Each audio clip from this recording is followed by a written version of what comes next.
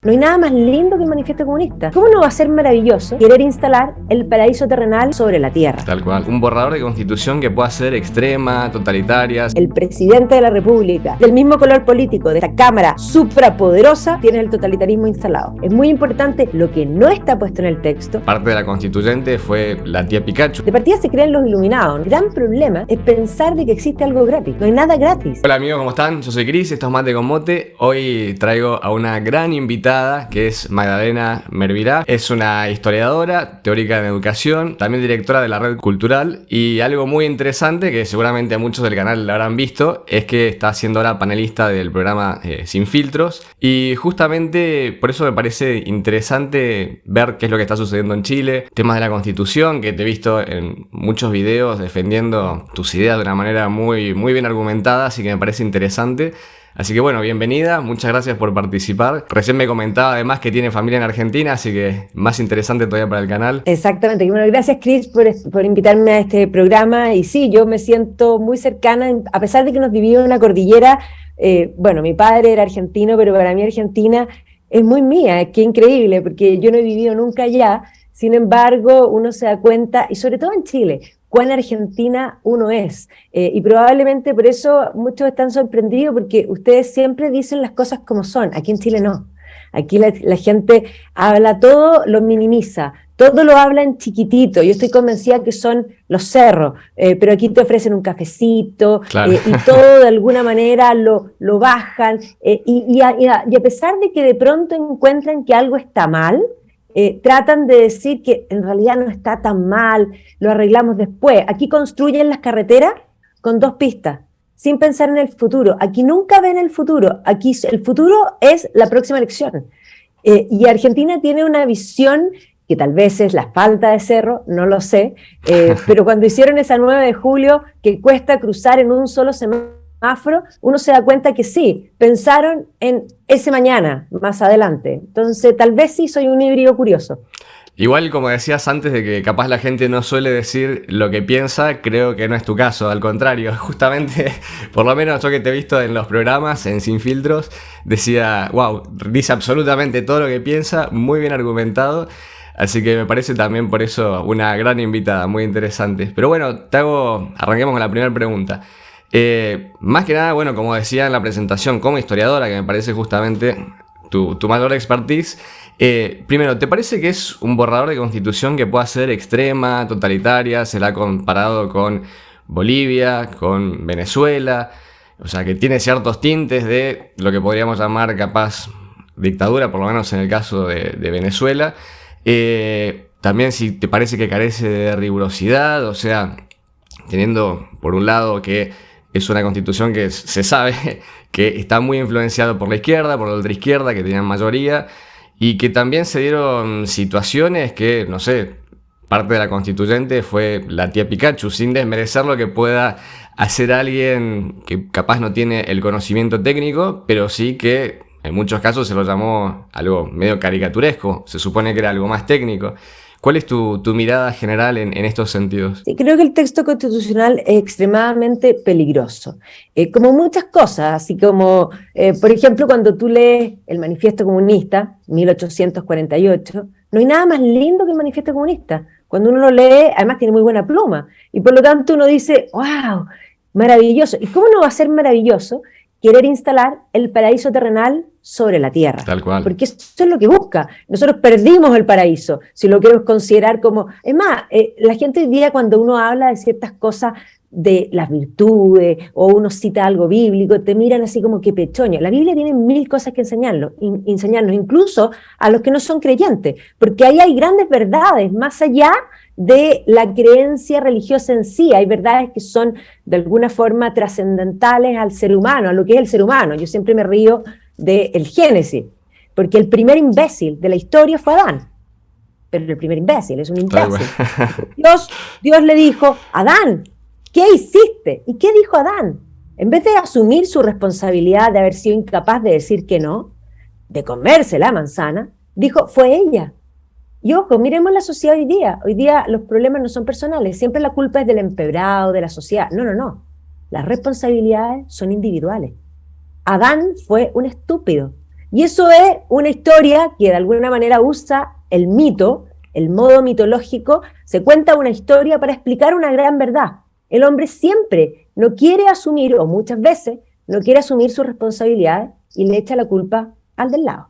Esta constitución es peligrosa porque, así como el manifiesto comunista que está escrito en lindo, esto está escrito en lindo, uno lee, y es más, ellos dicen, lean los artículos, todo suena bien, porque muchas cosas están garantizadas. Entonces hay cosas que están puestas, a reglón seguido en otro inciso, de alguna manera anula la anterior, omite muchas cosas, porque en lo jurídico no solo basta lo que está puesto en el texto, es muy importante lo que no está puesto en el texto, y tal vez más importante es lo que se contradice en el texto. Entonces, Totalmente, este es un texto que abre la puerta a un totalitarismo. ¿En qué sentido? Esto debilita la democracia. Hoy día el gran tema es que nadie define nada, entonces todos hablan de democracia, pero no son demócratas. Y yo siempre me río porque históricamente todos los que se han llamado democráticos, es más, yo soy convencida de que un partido que se pone apellido democrático, que un país que se pone apellido democrático es porque no lo son. Tal cual. Es un mal indicio. No lo son. Es un mal indicio. Entonces, si tú miras la Alemania democrática, aquí tenemos un partido que es Revolución Democrática y que de democráticos no tienen nada, son totalmente totalitarios. Entonces aquí lo que se hace es, la democracia no solo son las elecciones, no es esa mayoría que se produce en las elecciones simplemente. Eso por supuesto que es una expresión de la democracia, pero para que haya democracia tienen que haber contrapesos. Entonces una de las visiones cuando se inventan el concepto de las democracias liberales es que exista la división de poderes, pero tiene que ser una división real. Esta constitución, vamos así como de lo macro a lo micro de las cosas más graves, esta constitución termina con esa real, en el fondo, esos balances y balance and checking, como se llaman, eso, en el fondo esos contrapesos, que son tremendamente importantes en la democracia, porque crea una cámara, que es la de diputados y diputadas, suprapoderosa, supuestamente mantiene el Senado, que ya no se va a llamar Senado, sino que se va a llamar la Cámara de las Regiones, que en realidad no tiene el poder real de contrapeso, por lo tanto la que manda es la Cámara de Diputadas y Diputados. Por otra parte, el Poder Judicial, que es un poder tremendamente importante, que tiene que ser independiente, pasa a ser un sistema de justicia en rigor dependiente del Estado, del gobierno de turno, porque la Cámara de Diputadas y Diputados incluso va a tener representantes ahí. Entonces, ¿qué es lo que pasa si llega? Porque claro, si llegaran Los Ángeles a gobernar, esto podría funcionar. Pero Los Ángeles están en el cielo, eso no existe. Aquí nosotros somos, y eso es lo que se le olvida a la gente, somos de naturaleza caída. Es más, todo el socialismo nace de una idea errónea, y como dice Santo Tomás de Aquino, un pequeño error al principio termina siendo un grave error al final. O sea, pensemos en un Rousseau diciendo que el hombre es libre y bueno, y se lo ve por todas partes encadenado y corrupto. O sea, el hombre es bueno, nació con una naturaleza buena, y es la sociedad la que lo corrompe. El hombre era un bon sauvage, yo siempre me río y digo, era nómade, corría, y yo digo, para usar como el francés, apopelé, aquí se habla en el fondo desnudo, digámoslo así, por las praderas. Pero de pronto, mira lo que dice Rousseau, el hombre se sedentarizó y empezó a acumular. Y Rousseau dice que la propiedad es el origen de todos los males, tal y cual. Y que para volver a recuperar la bondad perdida, por eso la sociedad nos corrompe, por la propiedad, ¿ya? Y para volver a recuperar la bondad perdida hay que crear un Estado muy poderoso, porque el Estado es más importante que el individuo, que va a devolverle la bondad, va a redistribuir. Ahí está la base de lo que estamos discutiendo hoy día. O sea, Rousseau... Sí, especial la redistribución. Por supuesto, Rousseau es el primer problema, ya cuando la gente mira para atrás y dice, típico esa ficción, dice, bueno, si no hubiese existido... A ver, si aquí el gran problema son las ideas. La gente tiene ideas, yo cuando los tengo al frente y les digo, eso está impregnado de marxismo, y me dice, yo no soy marxista. La gente es marxista y no sabe que es marxista. Totalmente, sí. Entonces, es una cosa impresionante, porque además han ido rotulando las cosas, porque una de las cosas que hacen es cambiar el significado de las palabras. Entonces, ellos hablan de democracia, y ellos hablan de extender la democracia, bajar la democracia, pero en realidad no es eso, es utilizar la democracia por dentro para instalar un totalitarismo. O sea, ahí hay un peligro mortal, o sea, esto de la posibilidad de que si el presidente de la República es del mismo color político de esta Cámara suprapoderosa, tiene el totalitarismo instalado. Bueno, es que segundos. algo que comentabas que tiene que ver con esto y que es justamente lo que pasa hoy en Argentina, que podríamos decir que Argentina en ese sentido está unos pasos más adelante, no de lo que va a pasar, pero sí de lo que podría llegar a pasar, es que acá, por ejemplo, cada vez se escucha más ese tipo de comparaciones de poner, no sé, de un lado de la balanza, pongámosle al capitalismo y después ideas que podríamos llamar socialistas, marxistas, lo que sea. Y es como que la comparación es totalmente desigual. O sea, es como que yo te hablo de la realidad del capitalismo, de cómo es en la vida real, cómo funciona hoy en día, versus un socialismo, marxismo, lo que sea, ideal. O sea, cómo sería mi ideal de mundo en el que todos vivimos abrazados, de la mano, iguales. Pero si comparamos de igual a igual cómo funcionan hoy en los países, tenemos uno que ha sacado a los países de la pobreza y tenemos a otro que la gente que vive ahí huye justamente porque no le está quedando otra opción para vivir y va generalmente a los países capitalistas. Sin embargo, en Chile atacan al capitalismo, no digo toda la gente, pero los que están Sí. armando toda esta constitución, atacan al capitalismo, atacan al liberalismo, lo de los 30 años. Y es como que, como decías, o sea, son ideas que realmente no funcionan, están basadas en ideologías muchas veces cerradas. Incluso yo también lo he escuchado mil veces acá en Argentina de gente que diga ese tipo de comentarios, no, porque habría que distribuir más y preguntarle un poco más, pero ¿te parece que no es mejor generar más, producir más que distribuir? No, porque los que más tienen y todas esas ideas, si las vas juntando, uno dice, bueno, pero estas son ideas marxistas y esa persona capaz te dice, no, eso nada que ver con Marx. Pero sí, lo que estás diciendo, no sé si habrá sido parte de tu educación en el colegio, en la universidad, algún profesor, tus padres, pero alguien te hizo esa bajada de línea que sí, que es parte de un manifiesto comunista, parte de ideas socialistas que se han implementado en otros países y sí, viéndolo desde afuera, creo que muchas de las cosas que estoy escuchando con la nueva constitución, y más allá de la nueva constitución, también muchas cosas que se vienen diciendo desde el 2019, después del estallido social, es como que van por ese lado, o sea, que yo las veo desde acá y digo, bueno, eso se hizo acá y no salió para nada bien. O sea, fue No, bastante destructivo para la sin, economía, para la sociedad. sin duda. Y aquí hay unas cosas que hay que entender. Yo cuando insisto en definir, porque yo creo que es importante entender qué significan las cosas. La gente dice derecha, izquierda. Y hay muchos que se dicen de derecha que no son de derecha. Y hay gente que se dice de izquierda y que tú te das cuenta que no son tan de izquierda. Entonces, es importante saber qué implica. Yo, de hecho, no me dedicaba a la política. Sí, por supuesto, porque estudiaba historia, pero me dedicaba más bien a la historia europea y estaba metida en eso hasta octubre del 19, cuando me senté y escribí un libro que un poco me hizo ver para patrones de lo que estaba sucediendo con otros periodos históricos, y uno se da cuenta cómo no hay nada nuevo bajo el sol. Y de ahí entré en la política más contingente, y me pareció necesario definir, porque yo lo que planteaba a personas más cercanas a lo que se podría decir derecha es, bueno, ¿y ustedes qué creen? Y tú sabes que no eran capaces de decir, ya, si tuviéramos que, porque tú en política tienes que negociar y puedes negociar muchas cosas, pero hay ciertas cosas que uno debe considerar que no son negociables, que es básicamente la esencia de lo que tú crees. Entonces, cuando tú les preguntas qué creen, no se sabían contestar. Entonces dije, no, esto no puede ser. Bueno, entonces hice un poco para explicar, porque la gente no comprende, qué es ser de derecha, qué es ser de izquierda. Aparte del rótulo, así que a uno se lo pone. De partida, a los de gente de derecha le dicen facho, lo cual es una gran mentira. El fascismo es de izquierda. Ya, el nacionalsocialismo, Era colectivista, tal cual, era nacionalsocialismo, yo le le digo, decía el nombre. yo le digo a mis alumnos que parte del nombre no entendiste. O sea, nacionalsocialismo. Entonces, para definir la derecha y la izquierda hay que considerar dos patrones, y tú diste muy bien en el clavo en uno, pero el primero es individuo-estado.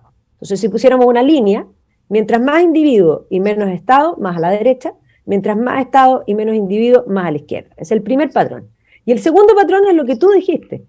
Mientras más realidad tú aplicas, tú partes de la realidad más a la derecha, mientras más idealismo, sueño tú pones, más a la izquierda.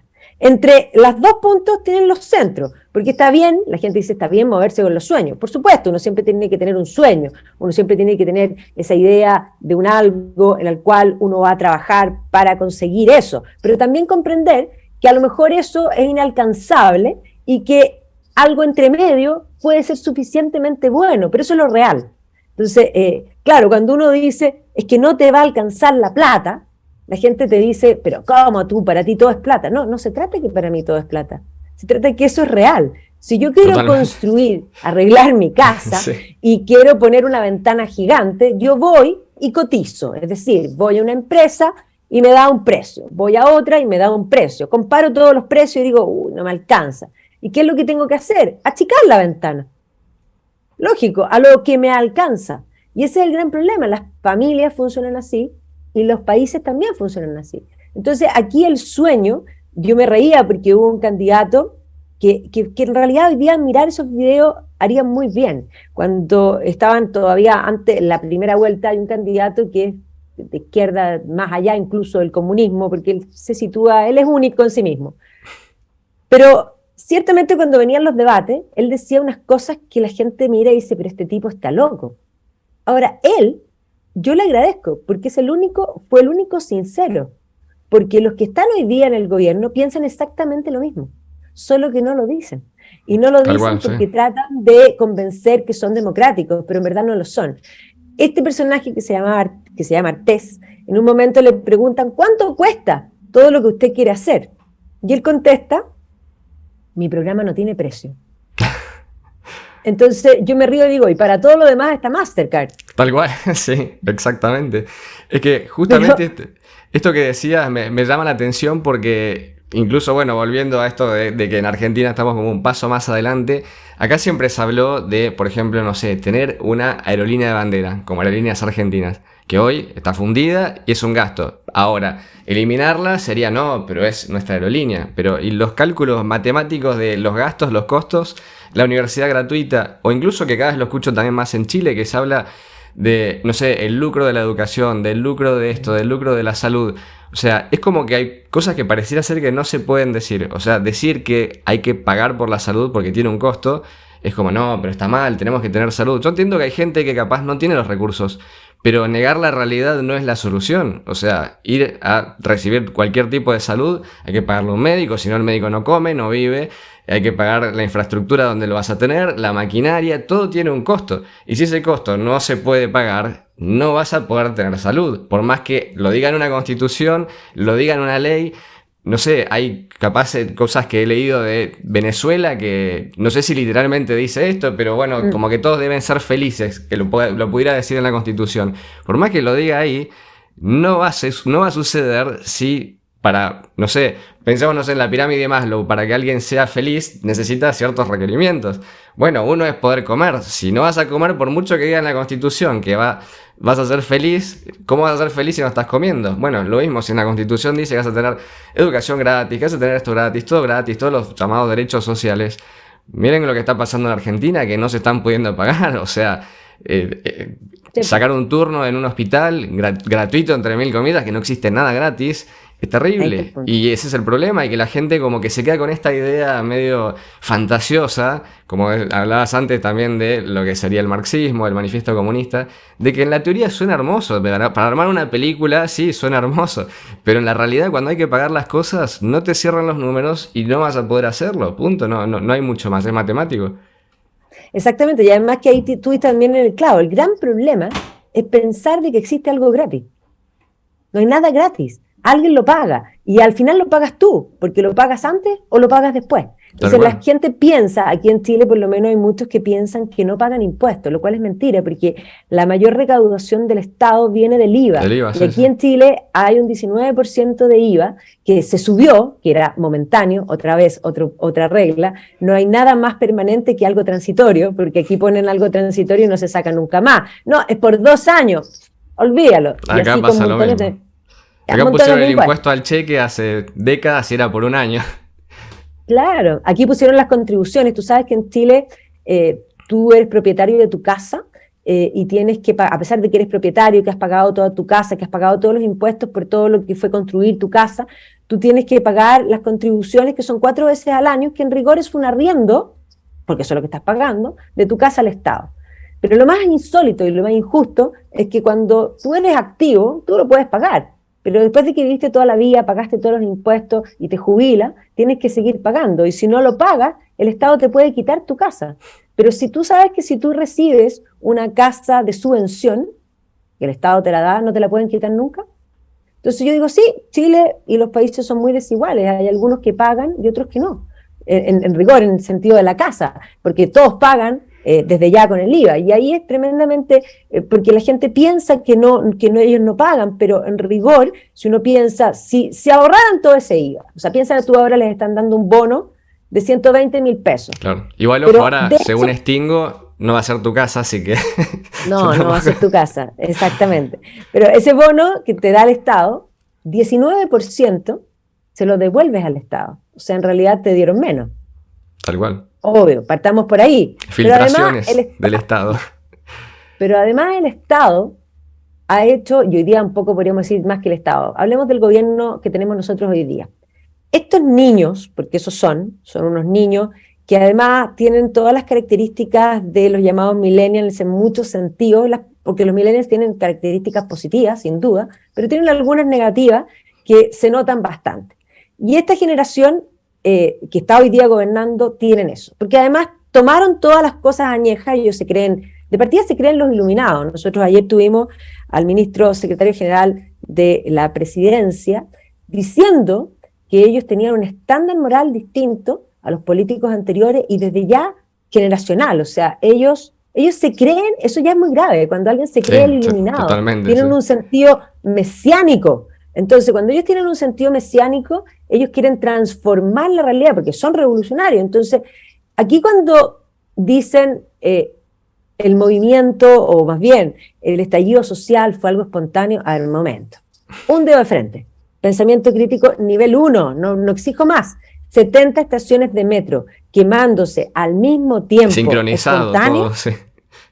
O sea, perdón, pero más organizado que el grupo de WhatsApp. ¿Ya? O sea, una cosa realmente impresionante, con una planificación y con un sentido, que es lo que yo manifesté en mi libro, que ellos son tremendamente simbólicos. Entonces, esto fue el día 18 de octubre. Primero, octubre es un término que se usó después de la Revolución Rusa para exportar la revolución. Y se hablaba del octubre alemán, el octubre italiano, el octubre húngaro, que tuvo éxito, Bela Kun tuvo éxito, ¿ya? En fin, y el término octubrista viene desde ahí. ¿Ya? Por lo tanto, octubre ya era simbólico. Pero además, 18 de octubre era la fecha de promulgación de la ley que había hecho Gabriel González Videla, un radical aquí que había suprimido al Partido Comunista, que se llama la Ley de Defensa de la Democracia.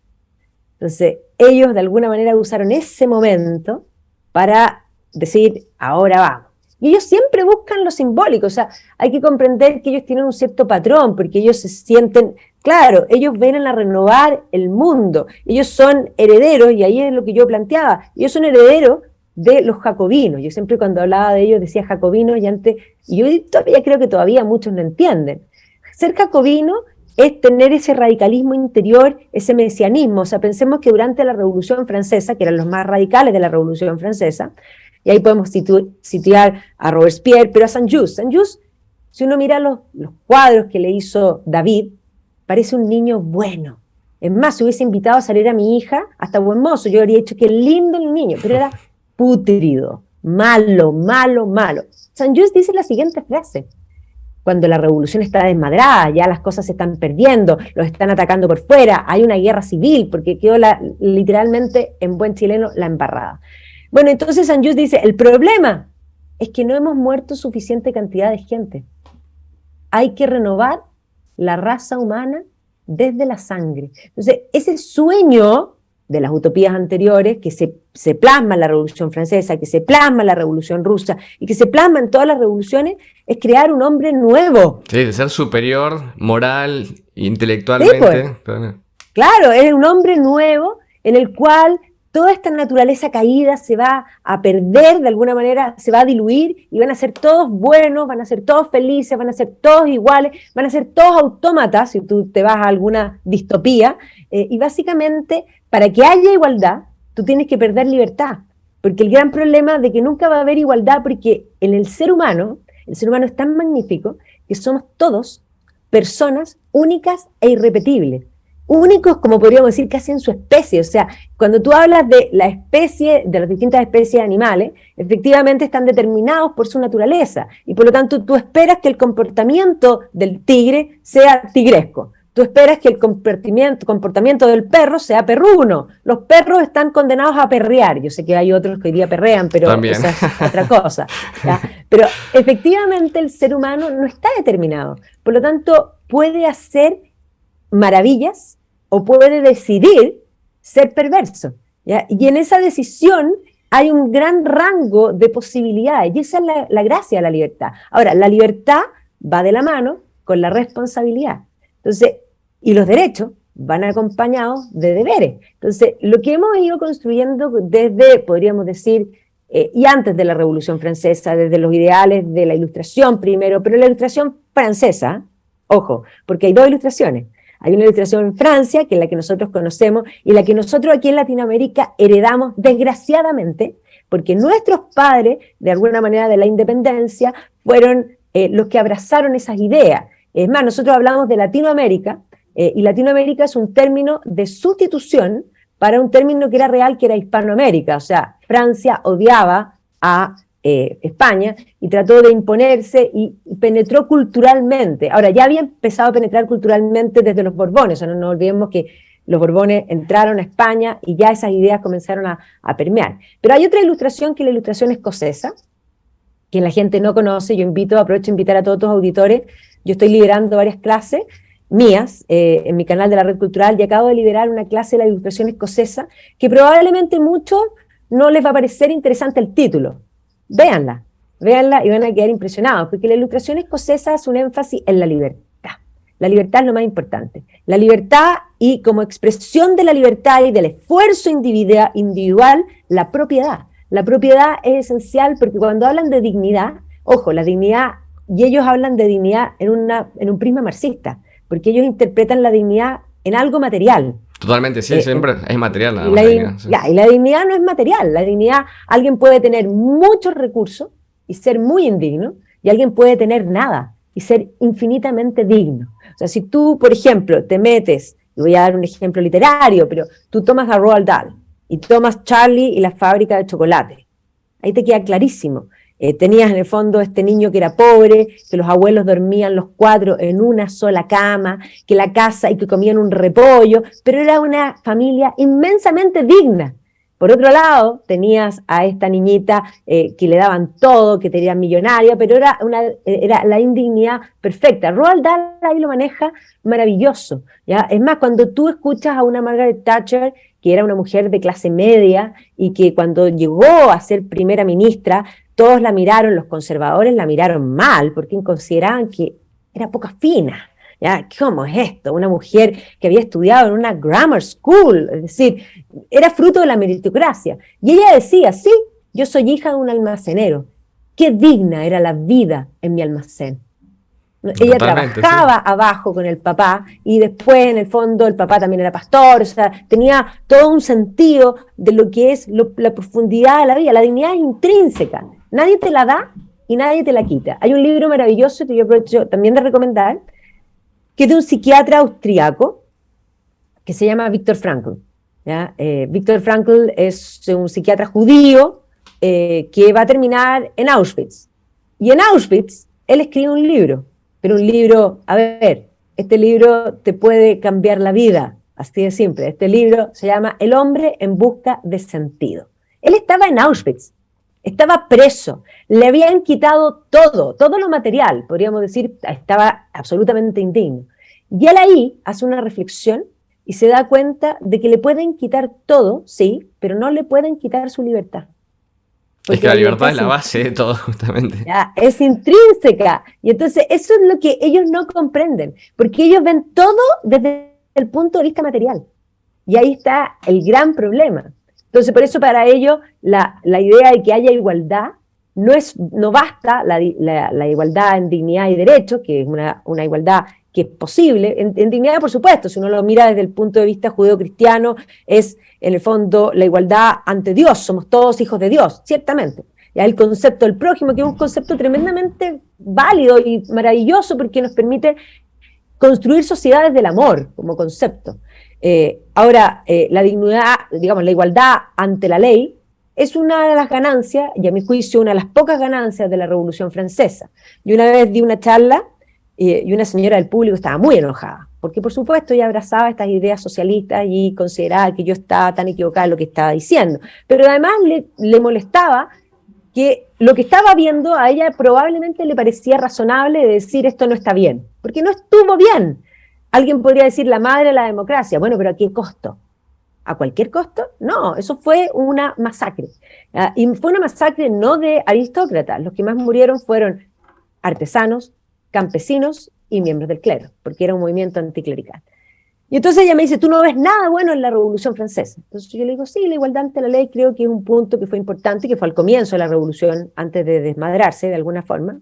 Y después le dije, ¿y el sistema de pesos y medidas? Porque ellos inventaron el metro, o sea, tú comprenderás que eso fue un gran invento, porque la verdad es que los pies, las pulgadas, esto era algo muy complejo, o sea, si uno mira en el mundo anglosajón, cuando te dicen galones, uno tiene que empezar a pensar. El metro tiene un sentido matemático muy lógico, ¿ya? Esto de dividir en decimal, el sistema decimal. Totalmente, sí. Le damos gracias a los revolucionarios, pero claro, eso también lo hicieron en el sentido fundante, ellos querían cambiar todo, ellos les cambiaron los nombres a los meses, le cambiaron los nombres, cambiaron los años, o sea, no podían firmar un contrato de compraventa con nadie, porque el mundo estaba en 1795 y ellos estaban en el año 3. Es que tal cual, como decías, era ese sentido como de borrar, tipo empezar de cero absolutamente y generar estas nuevas ideas, que es lo que pareciera ser que están queriendo impulsar ahora, que de hecho era el concepto, no sé, de lo que está planteando Boric, que los últimos 30 años no sirvieron de nada, que es un borrón y cuenta nueva, que se olvida todo lo que sucedió antes y todo el progreso que tuvo Chile y todo el crecimiento que en el resto de Latinoamérica siempre se lo veía a Chile como, bueno, es el país que está haciendo las cosas mejor, pero no, ahora hay que borrar absolutamente todo, empezar de cero, exactamente igual que lo que se hizo en la Revolución Francesa que estás mencionando. O sea, es no solo anecdótico, y también es interesante e importante saber de la historia para no repetirla, sino que también asusta un poco de que sea todo tan textual, o sea, que haya sido literalmente una copia de algo que ya sucedió, que no tiene nada de nuevo, que el ser humano, si pensamos en cosas nuevas, me parece que va más por el lado tecnológico. Crear una nave para ir a otro planeta puede ser algo nuevo, puede ser un nuevo pensamiento y algo crítico que pueda cambiar a la historia. Ahora, lo que se relaciona con nuestras relaciones interhumanas, todo ya se ha hecho, ya se ha probado, hay cosas que han salido mal y van a seguir saliendo mal. Como no sé, pongámosle, hay un libro que me parece muy interesante, que es 4000 años de controles de precios, que varias veces lo mencioné en el canal, y que acá en Argentina están queriendo controlar precios. En Chile ya he escuchado, por ejemplo, con el gas que quieren controlar los precios, y no funciona. O sea, es cosa de leer la historia, y por eso también me parece interesante esta charla, además de tu punto de vista como historiadora, porque la historia hay que conocerla para no repetirla, justamente. No, por supuesto. Y Cris, hay una cosa más dramática todavía. Si tú miras las revoluciones desde el punto de vista de lo que prometían y lo que fueron, prometían el paraíso y prometían en el fondo que la gente iba a estar mejor. Y siempre usaron, en todas las revoluciones, los problemas de las personas. O sea, hay pasto seco, hay gente que tiene problemas, pero hay un ideólogo que incendia la pradera. ¿Y para qué la incendia? Bueno, provoca la revolución. ¿Y cuál es el resultado final? Cambiar una élite por otra. Tal cual, eso, cambiar una élite por otra, sí.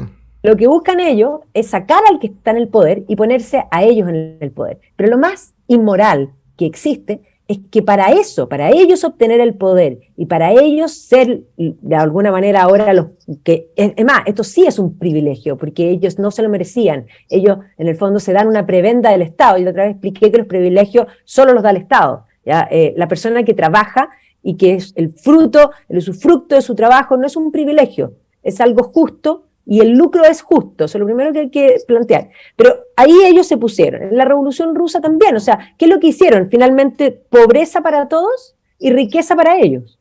Bueno, ¿qué hicieron aquí, en esta revolución? Nosotros en Chile estamos viviendo una revolución. Yo sé que hay gente que no se da cuenta, pero sí, comenzó muy violenta, tomó un canal democrático, pero tiene el canal revolucionario todavía de la mano. Y estos niños que están hoy día en el gobierno, no les importó dañar la economía, porque lo hicieron ellos. Ellos, de alguna manera, desde octubre del 19, aquí se venía dañando la economía. Y sí, Chile estaba en el piso con la economía cuando vino la pandemia. Y por lo tanto nos patearon en el piso, ¿ya? Y ahí ellos empezaron a gritar, porque ellos odian el neoliberalismo, no saben ni siquiera definir lo que es. Claro, les No, no encanta saben de porque escuela de Chicago, de escuela austríaca, de minarquismo, de ellos anarcocapitalismo, de escriben, nada. claro, ellos dicen, odio el niveladismo, Tal cual. posteado desde mi iPhone 10 o 12, no Sí. sé, 13, Muerte ¿ya? al capitalismo Claro, desde el iPhone es bastante raro. claro. Entonces ellos, con tal de matar el liberalismo, levantaron esta idea, no eran 30 pesos, fueron 30 años. Pero cuando vino la pandemia empezaron a decir, estamos muriéndonos de hambre, ciertamente la situación era compleja, había que tomar ciertas políticas, pero ellos insistieron en atacar y encontraron una ventana en lograr sacar retiros de las cuentas de capitalización individual. ¿Por qué? Porque Chile era un país muy pobre. O sea, pero Chile era el país más pobre en Latinoamérica, eso un poco para que tú uno de los países más pobres de Sí, sí, sí. Latinoamérica. Básicamente porque lo hizo muy mal económicamente siempre. O sea, Chile le fue muy bien en el siglo XIX, particularmente con el salitre, y después de 1914, con la invención del salitre sintético, nos fuimos mal, y nos fuimos mal también porque nos afectó mucho la crisis del 29, y porque además se aplicó socialismo. Aquí había fijación de precios, había inflación, o sea, esto era un desastre. O sea, pero todo Todo lo que se esto, está probando además, en Argentina ahora. claro, pero la diferencia está en que Argentina al menos tenía cierta riqueza, aquí no había ninguna, o sea, aquí éramos a pata pelá haciéndolo mal, o sea, todavía peor. Bueno, y cambió Chile, particularmente no solo por la aplicación del liberalismo económico, sino que por la creación de la capitalización individual que obligó y forzó a un ahorro, que permitió crear un mercado de capitales de una profundidad impresionante que nunca en Chile bancarizarse era imposible. Nadie te daba crédito para absolutamente nada. Y es más, los créditos fueron creciendo gracias a esa capitalización individual y la apertura al exterior. Esas son las dos cosas que nos cambió el pelo, básicamente. Entonces, para ellos, la capitalización individual era el corazón del modelo. Entonces, por eso empezaron con el retiro 1, el retiro 2, el retiro 3. Ojo, que siempre ellos quisieron hacerse del poder para agarrar esos fondos, igual como lo hicieron en Argentina, pero aquí el fondo era gigantesco. Todavía tienen ganas de lo mismo. En la Constitución no dice que es un sistema de reparto, tampoco dice que los fondos son, digamos, de propiedad de la persona, porque básicamente deja abierta la posibilidad a que se roben los fondos, porque eso es lo que han ambicionado siempre. Y vuelvo al punto, ¿qué desean los revolucionarios? Ellos ser la élite. ¿A qué costo? Al que tenga, no les importa. Piensa en las revoluciones anteriores, barrían, mataban, les daba lo mismo. Hoy día probablemente no están poniendo la guillotina en la plaza y tampoco viene el terror rojo con un tren, porque eso te podría pasar si llega una guerra civil, pero hoy día de alguna manera lo que hacen, en el fondo, es distinto, es anularte, silenciarte, es en el fondo toda esa idea de esta hegemonía cultural que ellos tienen, que es lo correcto, incluso reescriben la historia. Todas las revoluciones lo que buscan, en rigor, es reemplazar una élite por otra, es mejorarse ellos, no mejorar a la gente. En todos los casos, la gente ha terminado peor. Aquí en Chile eran 30 pesos, no 30 años, y hoy día con la inflación estamos, pero por sobre los 30 pesos, por lejos. Entonces, mi gran pregunta, ¿estuvieron dispuestos a arruinar la economía para conseguir el poder? ¿A cuánto están dispuestos hoy día para mantener el poder los que están hoy día ahí arriba? Y la verdad es que la historia ha demostrado que están dispuestos a todo. Por lo tanto, es un peligro mortal lo que estamos viviendo en este país. Totalmente, totalmente una locura. Pero bueno, esperemos que salga todo de la mejor manera. Bueno, Magda, muchas gracias por la charla. La verdad que es súper interesante. El tema histórico me parece genial. Además, es necesario saber nuestra historia para no repetir los errores. Y como comentabas antes, me gustaría que dijeras cuáles son tus redes, qué es lo que estás haciendo. Así también toda la gente te puede seguir y te puede ver por tus canales. Sí, yo invitarlos a que se suscriban al canal de la Red Cultural. La Red Cultural tiene clases largas de historia que estamos liberando cada vez más. Es literalmente hoy día un repositorio de contenido en un mundo donde las universidades han sido cooptadas por la ideología. El mundo de la libertad está en YouTube y no somos pocos los profesores que estamos entregando gratuitamente muchos contenidos, pagados también otros, pero ahí hay a disponibilidad y a disposición de ustedes un montón de temas de lo más variados que se puedan imaginar. Así que pueden entrar a YouTube o a red-almediocultural.cl y ahí tienen, bueno, pueden tener la vida entera, para antes que terminen de ver todos los videos que hay. Bueno, para todos los que les guste la historia, seguro va a haber muy buen contenido. Bueno, muchísimas gracias, Magda, la verdad, tremenda charla. Repito, el tema de la historia es importante, me encantó. Y con ustedes estamos para otra. Ojalá que nos podamos cruzar también, sea acá en Argentina, en Chile, y poder seguir hablando de estas ideas que son hoy tan necesarias para la sociedad, no solo para Chile, para Argentina, para el mundo, creo, porque es un mundo que está bastante convulsionado en lo que son las ideas. Sin Pero duda. bueno, muchísimas gracias, Feliz de haber estado con ustedes y nos vamos a ver en otra ocasión, sin duda. Totalmente, bueno, chao, muchas gracias.